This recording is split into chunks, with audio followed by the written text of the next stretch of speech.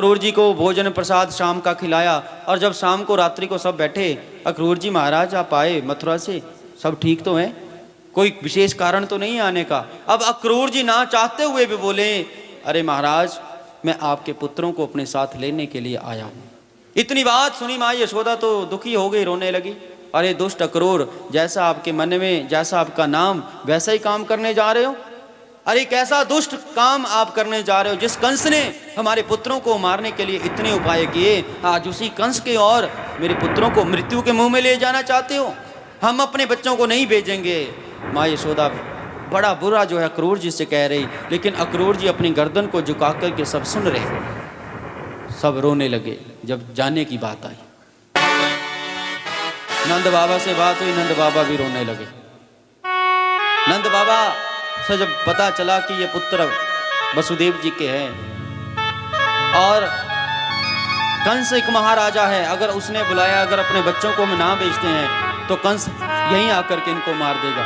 इससे अच्छा है कि मेले में बुलाया है। अब भेजने के लिए अक्रूर जी से तैयार हो गए। अक्रूर जी बोलने लगे, अरे नंद बाबा आप चिंता मत करिए, मैं हूं ना, मैं जैसे आपके पुत्रों को लेके जाऊंगा वैसे ही आपके यहाँ छोड़ के जाऊंगा, मेरा आपको वचन है। अब अक्रूर जी महाराज के जब साथ भेजने को तैयार हो गए, पूरी रात विलाप हो रहा, सब रो रहे, सब रोने लगे। माँ यशोदा कन्हैया के पास जाकर के बैठ गई, कन्हैया का सिर सहलाने लगी। अरे कन्हैया, कन्हैया जानबूझ करके सोने का नाटक कर रहे कि मामा के उद्धार का समय अब आ चुका है, अब आ चुका है। भैया क्या हो रहा है? प्रेम से बोल दो राधे राधे। अब महाराज सब विलाप कर रहे, रोने लगे, पूरी रात विलाप होता रहा। अगले दिन नंद प्रातः काल हुई, अक्रूर जी महाराज ने रथ को सजाया और नंद बाबा माँ यशोदा से बोले, देवी पुत्रों को तैयार करो, रोहिणी पुत्रों को तैयार करो और इनके साथ भेजिए। माँ यशोदा ने अपने पतिदेव का कहा ना टाला और कृष्ण भगवान को सुंदर सी बगलबंदी पहनाई, तैयार किया और रो भी रही, कन्हैया से कह भी रही, कन्हैया अरे लल्ला जाने से मना कर दो। लेकिन कन्हैया हंसने लगे, जानबूझ कर के, मैया आप रोती क्यों हो, मेला देखने तो जा रहे हैं, आ जाएंगे, मैं कौन सा अकेला हूँ, बलराम भैया मेरे साथ है और भी सखा हमारे साथ है, हमें कुछ नहीं होगा। माँ का मन कहाँ मानता है कि जिस दुष्ट ने इतना अत्याचार किया, आज पता नहीं कौन सा षड्यंत्र वो रचेगा, कहीं मेरे पुत्रों को कुछ कर ना दे। अब देखिए तैयार किया, पुत्रों को लेकर के आ गए। महलों के बाहर गोपियाँ ग्वाल सब विराजमान है, सब रो रहे, कन्हैया से हाथ जोड़ करके खड़े हैं, कन्हैया मत जाओ। कन्हैया सबके आगे हाथ जोड़ करके, अरे जाऊंगा और आ भी जाऊंगा, चिंता मत करिए। लेकिन कन्हैया रथ के पास पहुंचे, रथ के ऊपर चढ़ने लगे, माता पिता के चरणों में वंदना की, बड़ों के चरणों में वंदना की, सबके सामने हाथ जोड़े, अरे मैं आ जाऊंगा, रो मत। लेकिन गोपियों का मन कहाँ माने, सब रो रही, अरे कन्हैया कान्हा तोरी याद में ब्रज सारा रोए, कान्हा तोरी याद में ब्रज सारा रोए, गोपियाँ भी रोए, कान्हा वाल भी रोए, गोपियाँ भी रोए, कान्हा वाल भी रोए, कामियाँ भी रोई, कान्हा वाल भी रोए, गोपियाँ भी रोए, कान्हा वाल भी रोए, कान्हा तोरी याद में ब्रज सारा रोए, कान्हा तोरी याद में ब्रज सारा रोए, गोपियाँ भी रोए, कान्हा वाल भी रोए, गोपियाँ भी रोए, कान्हा वाल भी रोए।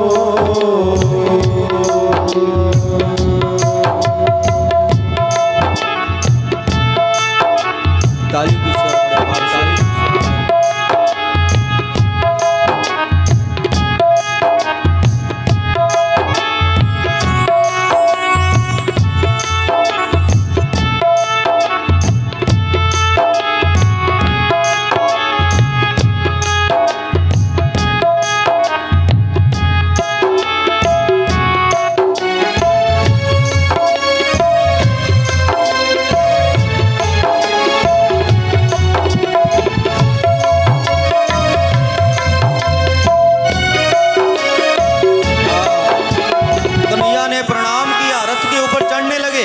तो गोपियां आगे आगे, नहीं जाना कन्हैया, आप जाना चाहते हो तो हमारे ऊपर से रथ ले जाओ, क्योंकि आपके बिना रहना हमने सीखा ही नहीं, आपके बिना जीना हमने सीखा ही नहीं।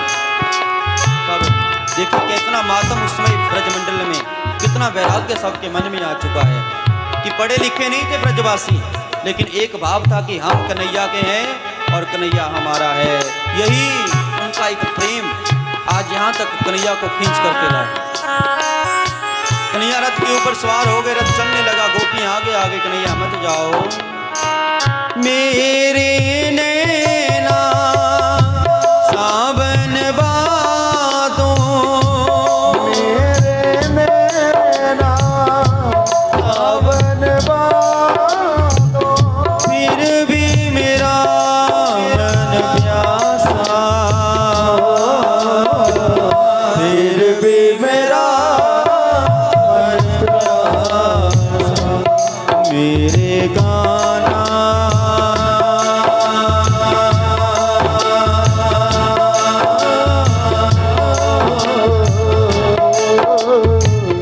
ना जाइयो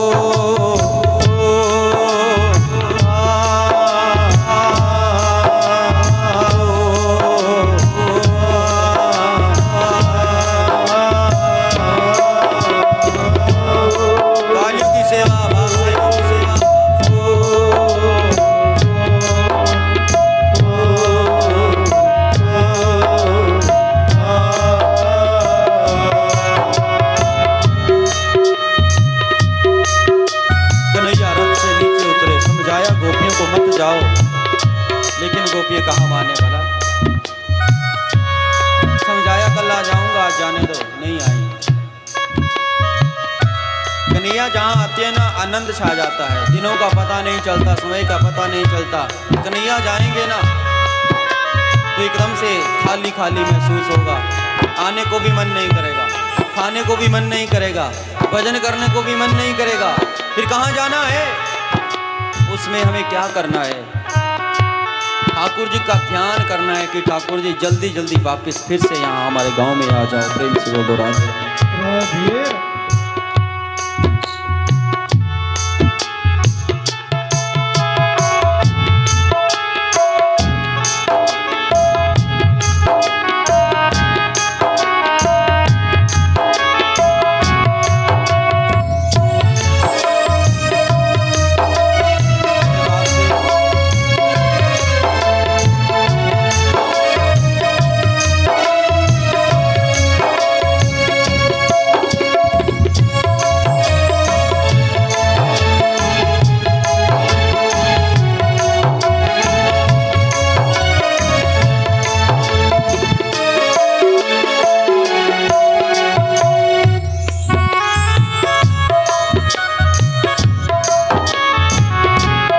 बड़े बाप अपने मन को उस समय ले जाओ, कैसा वो समय होगा, कैसे शक्ति उस समय माँ यशोदा की, गोपियों की, ग्वालों की। कहते एक पद्मा नाम की गाय है, आज जिसका दूध हमारे ठाकुर जी पीते हैं, पद्मा नाम की गाय, आज वो भी रो रही, क्योंकि पद्मा कहते हैं 1,00,000 गौओं का दूध 10,000 गौओं को पिलाया जाता है। 10,000 गौओं का जो दूध है वो 1,000 गाय को पिलाया जाता है। 1,000 गाय का जो दूध है वो 100 गायों को पिलाया जाता है, और 100 गायों का जो दूध है 10 गायों को, 10 गायों का दूध एक गाय को, और एक गाय का जो बछड़ा है उस गाय को पद्मा का नाम दिया गया। प्रेम से बोल दो राधे राधे। पद्मा नाम की गाय का दूध पान करते हैं। गोपियां समझाने लगी, कन्हैया जूठे तेरे वादे थे, हमने एतवार गलत कर लिया, आप तो चले गए। झूठे तेरे वादों पे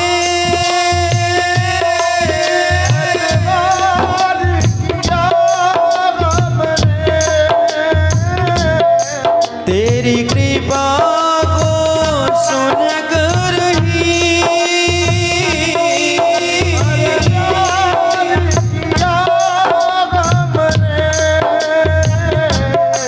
अरे प्यार किया हमने,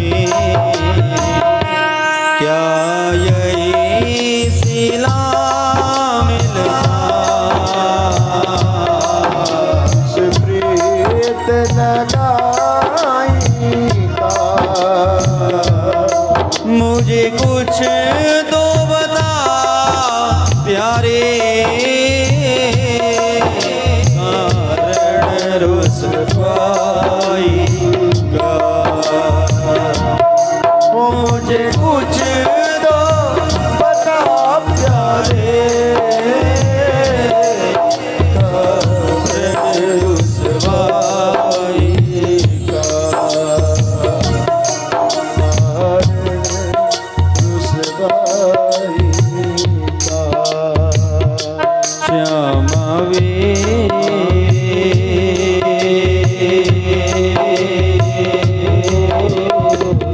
मैनू बिले चलना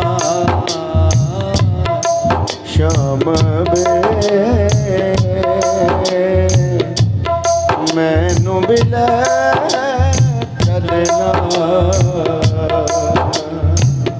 मैं जाना बड़ी दूर मायने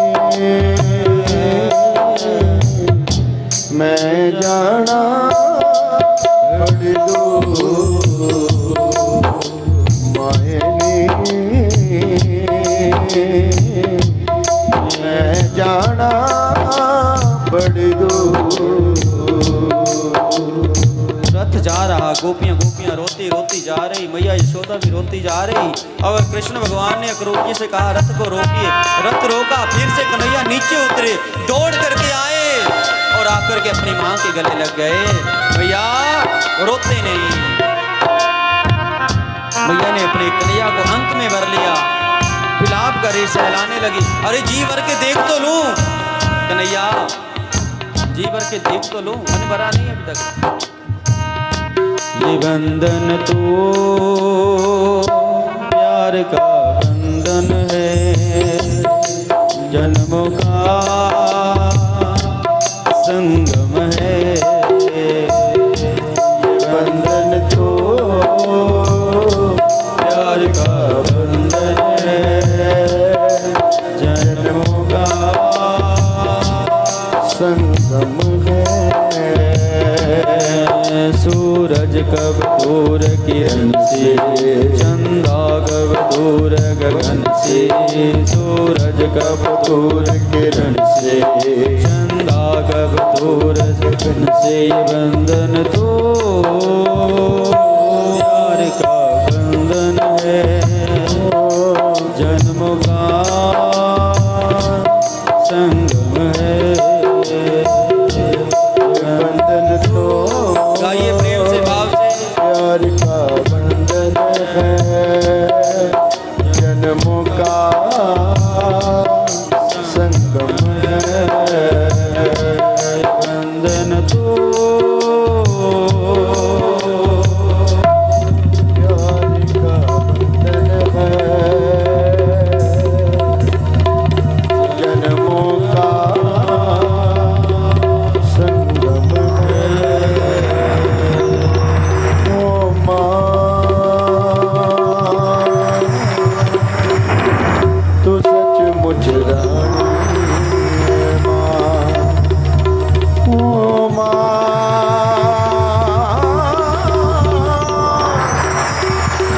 तू सचमुच रानी माँ। अखियां चो अथरू आ जांदे, अखियां चो अथरू आ जांदे, आ जाते जा कहानी ओ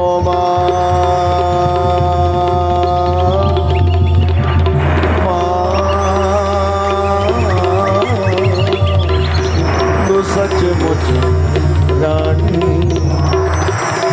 ओ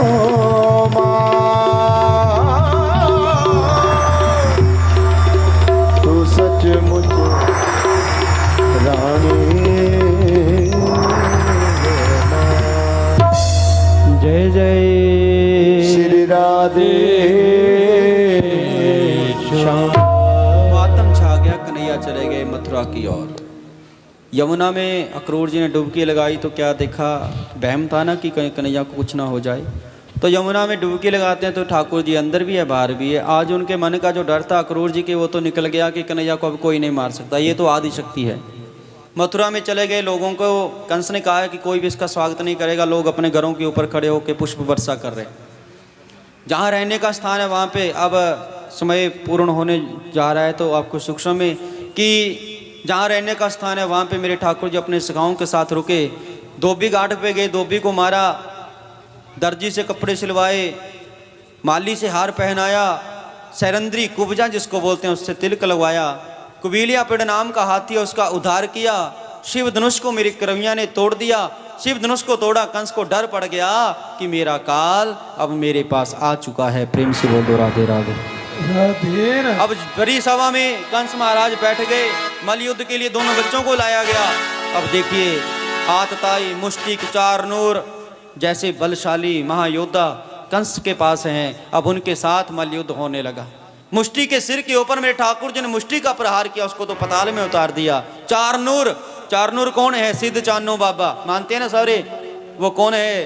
कंस का एक सेवादार जिसका नाम था चारनूर, और कलयुग में आज उसे सिद्ध चानो कर करके लोग उसकी पूजा करते हैं। प्रेम से बोल दो राधे राधे राधे। चारनूर का भी उद्धार किया, सबको मारा। अब अपने मामा कंस की बारी आई। कंस के मुकुट के सिर के ऊपर लगाया, मुकुट पांव पौड़ियों से नीचे गिरता आया। अपने मामा कंस को बालों से पकड़ लिया। मामा बोले छोड़ दो, बोले नहीं छोड़ूंगा। जब माँ को मेरी माता को आपने बालों से पकड़ा, उसे भी असहनीय पीड़ा हुई। आपने कौन सा छोड़ा? अरे मामा हमें पकड़ना आता है, छोड़ना तो मेरी मैया ने मुझे सिखाया ही नहीं। मामा के साथ युद्ध किया। आज 11 साल 57 दिन के कन्हैया ने अपने मामा कंस का उद्धार कर दिया। प्रेम से बोल दो राधे राधे राधे राधे। मामा कंस गए। अब अपने नाना उग्रसेन को राजगद्दी के ऊपर बिठाया। फिर तो बहुत अच्छी बात है, कुर्सी लगाओ। मामा कंस नाना उग्रसेन को गद्दी के ऊपर बिठाया। 11 साल 57 दिन के कन्हैया एक दिन के छोड़ के गए थे अपने माता पिता को। आज 11 साल 57 दिनों के बाद वसुदेव और देवकी के साथ हमारे ठाकुर जी का मिलना हुआ। माता पिता से मिले।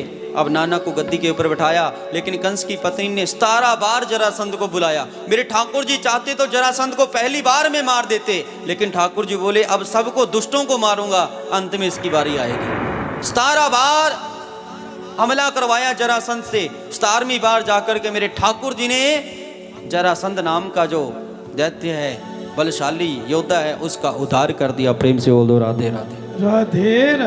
अब जाना था गोकुल में, गोकुल जाना भूल गए, यहीं फंस गए। देखा मामी मेरे को टिकने नहीं देगी, यहाँ पे शांति से नहीं, तो विश्वकर्मा का ध्यान किया और सबसे दूर की यहाँ से दूर चला जाऊंगा। द्वारिकापुरी आज कंस की पत्नी की देन है कि मेरे ठाकुर जी इतनी दूर द्वारिका में गए, अन्यथा ठाकुर जी का धाम बस वृंदावन या मथुरा रहना था। कंस की पत्नी के कारण कि ये हमें कोई ना कोई दुष्ट बुलाती जाएगी, शांति से नहीं रहने देंगे, तब जाके भगवान ने द्वारिकापुरी का निर्माण करवाया और अपने माता पिता सेवादार सैनिक सबको लेकर के वहां चले गए और द्वारिका के राजा हमारे ठाकुर जी बन गए। बोली बाल कृष्ण लाल की जय हो। अब वहीं पे रहे, वहां पर समय व्यतीत हुआ। जैसे बच्चे बड़े हुए तो बड़े बलराम जी का शादी हो गई। बलराम जी की पत्नी का नाम आज तक किसी ने बताया या सुना? नहीं सुना? देखिए एक बुजुर्ग जी को पता है पूरे यहाँ कि बलराम जी की पत्नी का नाम क्या है। बलराम जी की पत्नी का नाम है रेवती। कथा सुनने का ये इतनी कथाएं होती है ना, ये श्रवणम कीर्तनम, श्रीमद् भागवत महापुराण में लिखा है कि श्रवणम कीर्तनम की कथा जब होती है, कथा में सुखदेव जी यही बात कहते हैं श्रीमद् भागवत महापुराण में, बुरा मत मानना कि श्रवणम, कि इसे हमें सुनना चाहिए, ये नहीं कि वजन लगा नहीं और चल पड़े। जन्मोत्सव आता है, विवाह उत्सव आता है, उसमें आप अच्छे लगते हैं। श्रवणम कीर्तनम यस्य पाप विनाशनम, जो ध्यान से सुनता है, ध्यान से कीर्तन किया जाता है। कथा में कीर्तन लिखा गया है। जागरण हम करवाते हैं, एक अलग रास्ता आ गया। सत्संग करवाते हैं, वो एक अलग रास्ता आ गया। जैसे पंडित, ब्राह्मण, पुरोहित, गुरु सबकी संज्ञा अलग अलग है, वैसे ही भागवतम कीर्तनम सब कुछ ये है। भागवत में कहा गया, ठाकुर जी की बड़े भाव से सुनिए।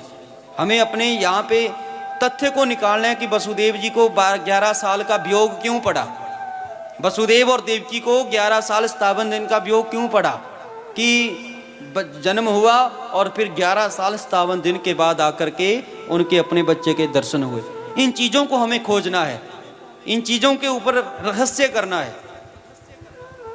जिस दिन हम ये सोचना शुरू कर देंगे, समझ लेना कि हमने भागवत कथा भाव से सुनना शुरू कर दिया है। प्रेम से बोल दो राधे राधे। राधे राधे। अब देखिए, बलराम जी का विवाह होगा रेवती के साथ। अब कृष्ण भगवान का विवाह, कुंदनपुर के राजा है भीष्मक। भीष्मक के 5 पुत्र थे। बड़े पुत्र का नाम था रुक्मी, और शास्त्रों में लिखा है कि घर में जब बड़ा पुत्र हो जाता है तो माता पिता की नहीं सुनता। अब रुक्मी ने अपनी बहन रुक्मिणी का विवाह, रुक्मिणी मैया जल के बीच मिली थी उनको, कमल के फूल के ऊपर। 5 पुत्र, जब पुत्री नहीं हुई, भगवान शिव की तपस्या की तो नदी में, गंगा नदी में कमल के फूल के ऊपर उन्हें रुक्मिणी का जन्म हुआ। लक्ष्मी मैया कभी किसी के गर्भ में वास नहीं करती। कईयों ने पूछा कि भगवान जन्म लेते हैं, भगवान जन्म नहीं लेते भैया, भगवान का प्राकट्य होता है, भगवान का अवतार होता है। अब देखिए, रुक्मिणी मैया किसी के गर्भ से जन्म नहीं लेती। लक्ष्मी मैया कहाँ से आई? जल के भीतर से आई। समुद्र मंथन हो रहा था तो लक्ष्मी मैया का प्राकट्य हुआ। अब सीता मैया कहाँ से आई? आदि शक्ति थी, धरती के बीच से, किसी के गर्भ से जन्म नहीं लिया। इसलिए जो देवियां हैं आदि शक्ति, वो गर्भ से जन्म नहीं लेती, वो आदि शक्ति होती है। और आदि शक्तियों का विवाह आदि शक्ति देवों के साथ ही होता है। लेकिन रुक्मी ने अपनी बहन का विवाह शिशुपाल के साथ रख दिया, स्वयंवर रख दिया कि, और बहन से कहा, बहना शिशुपाल के गले में ही वरमाला डालना। लेकिन बहन तो भगवान विष्णु को, कृष्ण को ही अपना पतिदेव मान चुकी है।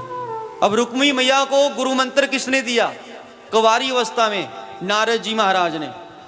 पार्वती मैया को भोलेनाथ प्राप्ति करने के लिए गुरु मंत्र किसने दिया? ये परसों चौथ में बात बता रहा था कि पार्वती मैया के गुरु कौन है। तो पार्वती मैया के गुरु हैं नारद जी।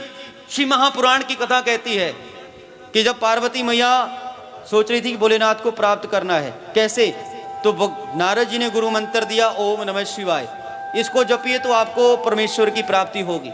रुक्मी मैया को गुरु मंत्र किसने दिया? नारद जी महाराज ने, कि कृष्ण को प्राप्त करना है तो पहले ओम नमो भगवते वासुदेवाय इस मंत्र का जप करना पड़ेगा। प्रेम से बोल दो राधे राधे। राधे राधे। और दूसरी बात, श्री महापुराण की कथा एक और बात कहती है कि कुंवारी अवस्था में जब बच्ची हो या बच्चा हो, उसको गुरु मंत्र नहीं दिया जाता। लिखित रूप में रोज कोई ना कोई जब बात पढ़ते हैं ना, तो हमें कुछ ना कुछ दिखता है।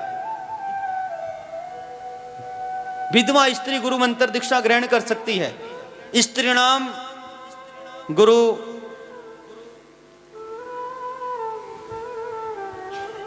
स्त्रियों का जो गुरु है वो पति है। इसलिए अपने सनातन में आप जो मर्जी करें, लेकिन भाव से भक्ति करनी है। यही मैं आपसे कहता हूं कि जब भागवत हो तो बड़े ध्यान से, जैसे आप यहां बैठते हैं, कितने देखो कितनी संगत है, किसी की आवाज तक नहीं आती, किसी की आवाज तक नहीं। कई पंडाल ऐसे होते हैं जहां पे लोग चुप होते ही नहीं, लेकिन पहला पंडाल में सैनी माजरा में देखता हूं कि यहां पर कथा करने का आनंद ही कुछ और आता है। प्रेम से बोल दो राधे राधे। पूरे भाव से सुनते हैं, पूरी श्रद्धा है इन लोगों के बीच। ऐसी श्रद्धा होनी चाहिए जैसी श्रद्धा सैनी माजरा गांव में हो। इनके अंदर बनावटी जैसा काम नहीं है कि बाहर से कुछ और अंदर से कुछ और। निर्मल मन जन सो मोहि पावा, मोहि कपट छल छिद्र न वावा। ऐसे व्यक्ति हैं ये निर्मल मन के कि जो है सामने बोल दिया, अच्छा लगे तब भी ठीक है, बुरा लगे तब भी ठीक है। ऐसे ही मैं चाहना करता हूं कि ऐसे बनिए, ऐसे मिलकर के देखिए 18 लाख रुपए, कल बता रहे थे 1 साल में 18 लाख रुपए लगा दिया यहाँ पर। कितने बड़े सौभाग्य की बात है। तालियों की सेवा, भगवान ऐसे ही सुंदर यज्ञ मिलकर के यहाँ पर करवाते रहे और भगवान का आशीर्वाद, भगवान की कृपा सैनी माजरा गांव के ऊपर सदा के लिए बनती रहे। और जिस व्यक्ति ने ये जगह दान दी है ना मंदिर के लिए, भगवान उसका भी कल्याण करे, उसके परिवार का भी कल्याण करे। और खास करके स्वर्गीय श्री पोला राम जी जिन्होंने ये जड़ यहाँ पर लगाई, भगवान उनकी आत्मा को भी शांति प्रदान करे और उनका भी कल्याण करे। प्रेम से बोल दो राधे राधे। राधे राधे। आज देखिए उनकी कृपा से हो रहा है सारा।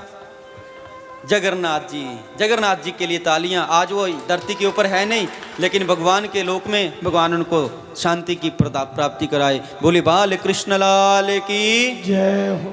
अब मेरे महाराज